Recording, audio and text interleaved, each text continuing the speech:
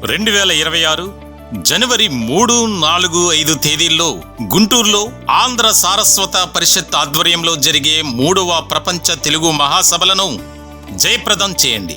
రండి, తెలుగువాడి ఘనతను, తెలుగు భాష గొప్పతనాన్ని ప్రపంచానికి చాటి చెబుదాం. 3వ ప్రపంచ తెలుగు మహాసభలను నెంబర్ 1 ఓటీటీలో ఉచితంగా వీక్షించండి. నెంబర్ 1 ఓటీటీకి ఎటువంటి చందా చెల్లించకుండా నెంబర్ 1 ఓటీటీను ప్లేస్టోర్ లేదా యాప్ స్టోర్ నుంచి మీరు డౌన్లోడ్ చేసుకుని మా ప్రసారాలు ఉచితంగా వీక్షించవచ్చు. ప్రకటనల కొరకు సంప్రదించాల్సిన ఫోన్ నెంబర్ 7893935555. నమస్తే. సామాన్యుడి చేతిలో సామాజిక అస్త్రం నెంబర్ 1 న్యూస్కి స్వాగతం. నేను నరేంద్ర. పాలకులు, ప్రజాప్రతినిధులు, అలాగే రాజకీయ నాయకుల మాట వింటే ఆ సమయంలో బాగానే ఉంటుంది, వారి పని చేసేటువంటి సందర్భంలో. ఇక్కడ నేను ఒక ఐఏఎస్ అధికారి గురించి చెప్పబోతున్నాను. వారు కనుసనల్లో వారు చెప్పినటువంటి వాటిని తూచా తప్పకుండా పాటిస్తే ఆ పర్టిక్యులర్ పీరియడ్ చాలా వారి లైఫ్ స్టైల్ అనేది డిఫరెంట్గా ఉంటుంది. కానీ తర్వాత పాలకులు కానీ, నాయకులు కానీ, ప్రజాప్రతినిధులు కానీ వారికి ఏ రకమైనటువంటి కష్టం వచ్చినా పట్టించుకోరు. ఆ సమయంలో మాత్రం వారు చెప్పింది చెయ్యాలి, వారు ఎలా చెప్తే అలా వ్యవహరించాలి, ఎక్కడ సంతకం పెట్టమంటే అక్కడ పెట్టాలి. నిజంగా ఆ రకంగా నిర్ణయాలు తీసుకొని నాయకుల మాటలు విని పాలకుల ఆదేశాలను తూచా తప్పకుండా పాటిస్తూ ఇప్పుడు ఒక రకమైనటువంటి జీవితాన్ని గడుపుతున్నటువంటి ఒక ఐఏఎస్ అధికారి గురించి నేను చెప్తాను మీకు. సీనియర్ ఐఏఎస్ అధికారి వై శ్రీలక్ష్మి. నిజంగా ఆమె సివిల్ సర్వీసెస్లో టాప్ 3 పొజిషన్లో ఉన్నటువంటి అప్పుడు ఆమె బ్యాచ్లో మధ్యతరగతి కుటుంబం నుంచి ఉమ్మడి పశ్చిమ గోదావరి జిల్లా మంచి మార్కులతో ఆమె ఉత్తీర్ణత సాధించి సొంత రాష్ట్రంలో ఆమెకు పోస్టింగ్. కానీ తర్వాత ఏం జరిగింది? అప్పటి ముఖ్యమంత్రి వైఎస్ రాజశేఖర రెడ్డి హయాంలో జరిగినటువంటి పరిణామాలు ఇప్పటికీ కూడా ఆమెను వెంటాడుతూనే ఉన్నాయి. పోస్టింగ్ లేక నరక యాతన అనుభవిస్తున్నారు. అంటే ఐఏఎస్ స్థాయి అధికారులకు ఒకవేళ సస్పెన్షన్లో ఉన్న పోస్టింగ్ లేకపోయినా పెద్ద ఇబ్బంది వచ్చేటువంటి పరిస్థితి ఉండదు. ఎందుకనంటే అప్పటికే ఆర్థిక పరిస్థితి అంతా వారి యొక్క స్టైల్ బాగానే ఉంటుంది. కానీ సమాజంలో సరైనటువంటి ఐడెంటిఫికేషన్ అనేది ఉండదు. అది ఆమె ఒక్కరికో. ఇక నేను శ్రీలక్ష్మి విషయంలో చెప్తున్నాను, ఆమె కుటుంబ సభ్యులు ఏ రకమైనటువంటి పరిస్థితులకు వెళ్తారు అనేది ఇక్కడ ముఖ్యమైనటువంటి పాయింట్. ఎందుకు నేను ఈ టాపిక్ తీసుకున్నానంటే, తాజాగా తెలంగాణ హైకోర్టులో జరిగినటువంటి ఒక కీలకమైనటువంటి పరిణామం. ఓబులాపురం మైనింగ్ కేసుకు సంబంధించి ఆమె జైలుకు వెళ్ళొచ్చినటువంటి పరిస్థితి. జగన్ అక్రమాస్తుల కేసులో కూడా వై శ్రీలక్ష్మి ఐఏఎస్ అధికారిని ఎన్ని రకాలుగా ఇబ్బంది పడ్డారో మనం చూసాం. తెలంగాణ హైకోర్టు క్లీన్ చిట్ ఇచ్చినప్పటికీ సిబిఐ నుంచి ఇప్పటికీ కూడా ఆమెను రకరకాల దీంతో ఇబ్బంది పడుతూనే ఉన్నారు. ఆమె క్వాష్ పిటిషన్ వేశారు. దానికి సంబంధించి చాలా ఇంట్రెస్టింగ్గా వాదోపవాదాలు జరిగాయి తెలంగాణ హైకోర్టులో. శ్రీలక్ష్మి తరపు న్యాయవాది, అలాగే సిబిఐ తరపు న్యాయవాది. దీనికి సంబంధించి ఇప్పట్లో ఆమె బయటపడే అవకాశాలు లేవు. ఆల్రెడీ జైల్లో ఉన్నప్పుడే ఆమె నైతికంగా చాలా ఇబ్బందులకు గురయ్యారు, ఆమెతో పాటు వారి కుటుంబ సభ్యులు కూడా. ఎందుకంటే ఆమె వ్యక్తిగతంగా ఏదో తప్పు చేయాలన్న ఆలోచన కాదు. పాలకులు, నాటి పాలకులు చెప్పింది చేయటం వల్ల ఈ రోజుకు కూడా ఆమె పడుతున్నటువంటి ఆవేదన కానీ, ఆందోళన కానీ అంతా ఇంత కాదు. సరే, తెలంగాణ హైకోర్టు నుంచి క్లీన్ చిట్ వచ్చినప్పటికీ రకరకాలుగా ఇబ్బందులు పడుతూనే ఉన్నారు. 2019 నుంచి 2024 వరకు ఆంధ్రప్రదేశ్లో వైఎస్ఆర్సీపీ అధికారంలో ఉంది. ఆమెను డిప్యుటేషన్ మీద ఏపీకి తీసుకొచ్చినటువంటి పరిస్థితి. వైఎస్ఆర్సీపీలో ఆమె పొజిషన్ బాగానే ఉంది. కానీ ఇప్పుడు కూటమి వచ్చిన తర్వాత ఆమెకు పోస్టింగ్ ఇవ్వాల. ఇలాంటి పరిస్థితుల్లో తాజాగా వెంటాడుతున్న కేసులు, ఓబులాపురం మైనింగ్ కేసు సంబంధించి, జగన్ అక్రమాస్తుల కేసుకు సంబంధించి ఆమె ఒక రకంగా చాలా ప్రతికూలమైనటువంటి పరిస్థితుల్లో ఉన్నారు.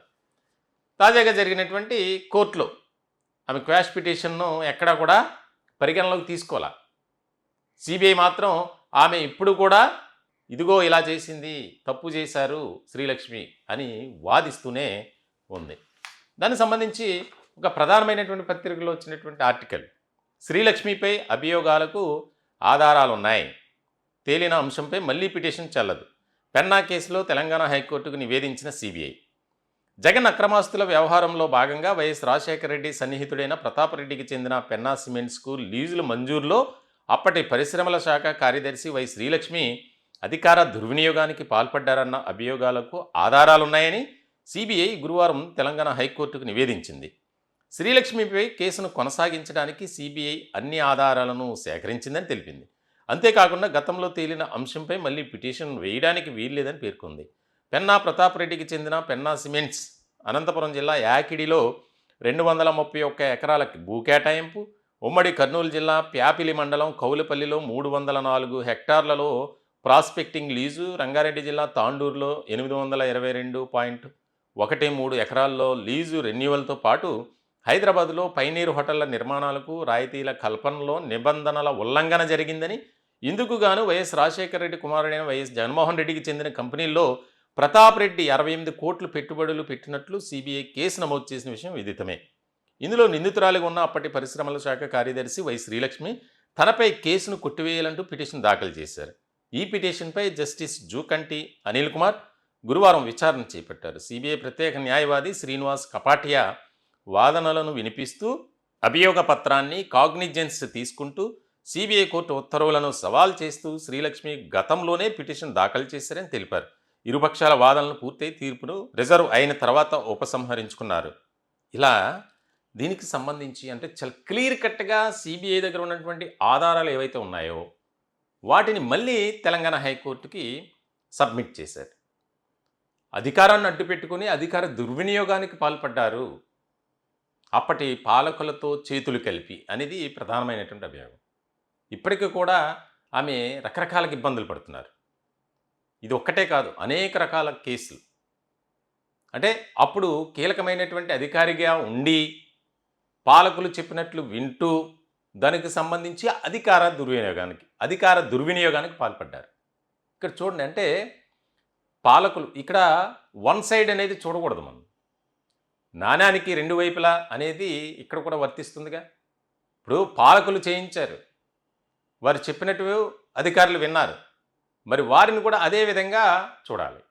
ఇక్కడ మీరే తప్పు చేశారు, మీరే దీనికి బాధ్యులు అనే కంటే అటువైపు నుంచి కూడా ఆలోచించాలి. సానుకూలంగా ఒక రకమైనటువంటి విధానంతో వెళ్ళాలి.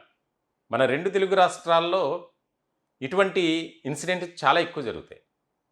ప్రతి చిన్న విషయానికి ఐఏఎస్ అని లేదు, ఐపీఎస్ అని లేదు, ఇతర ఉన్నత స్థాయి అధికారులను కూడా ప్రభావితం చేసేటువంటి నాయకులు ఎక్కువ. ఒక రకంగా చెప్పాలంటే అది గ్రామ స్థాయి నుంచి రాష్ట్ర స్థాయి నాయకుల వరకు ఎవరో ఇందులో మినహాయింపు కాదు. అందరూ కూడా అధికారులను కానీ ప్రభుత్వ ఉద్యోగులను కానీ ఇబ్బందికరమైనటువంటి పరిస్థితుల్లోకి నెట్టే విధంగానే చేస్తున్నారు. శ్రీలక్ష్మి ఆమె విషయం మనం ఒకసారి పరిశీలిస్తే నెంబర్ 1 ఆఫీసర్. ఆమె స్ట్రైట్ ఫార్వర్డ్గా ఉండేవారు. ఎప్పుడైతే ఈ రకమైనటువంటి అభియోగాలు వచ్చాయో అప్పటి నుంచి ఆమెపై అనేక రకాలుగా ఆరోపణలు, అక్రమాలకు సంబంధించి, అవినీతికి సంబంధించి కాస్త 2019 నుంచి 2024 వరకు వైఎస్ఆర్సీపీ అధికారంలో ఉండగా, సరే జగన్ వల్లే ఆమె ఇబ్బందులు పడ్డారు కాబట్టి, వైఎస్ కుటుంబం వల్ల చాలా రకాల ఇబ్బందులకు గురయ్యారు కాబట్టి ఆమెను మంచి పొజిషన్లో ఉన్నారు. కానీ మళ్ళీ కూటమి వచ్చింది, మళ్ళీ యథా రాజా తదా ప్రజ. ఈ రకమైనటువంటి పరిస్థితుల్లో మరి ఆమె దాదాపు ఇంకా మరికొద్ది నెలల్లో రిటైర్ అయ్యే అవకాశాలు ఉన్నాయి.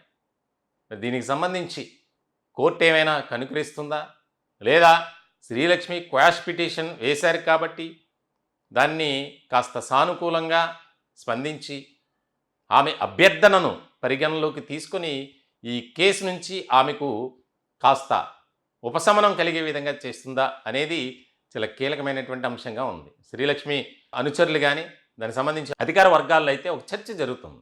శ్రీలక్ష్మికి క్లీన్ చీట్ ఇవ్వాలి, ఎందుకంటే గతంలో ఎప్పుడో జరిగింది, దానికి సంబంధించి ఆమె శిక్ష అనుభవించారు, దానికి సంబంధించి సర్వీస్ రికార్డులో కూడా ఆమెకు రిమార్కే, కానీ రిటైర్ అయ్యేటువంటి వయసుకు వచ్చే సమయానికి ఈ రకంగా నిర్ణయం తీసుకోకూడదు, ఆమెకు కాస్త వెసులుబాటు ఇవ్వాలి అనేది చర్చ జరుగుతుంది. చూడాలి మరి తెలంగాణ హైకోర్టు ఏ రకమైనటువంటి నిర్ణయం తీసుకుంటుందో అనేది చాలా కీలకమైనటువంటి అంశం. ఈ టాపిక్పై మీ విలువైనటువంటి అభిప్రాయాన్ని కామెంట్ రూపంలో తెలియజేయండి. దయచేసి మా ఛానల్ని సబ్స్క్రైబ్ చేసుకోండి. Thank you.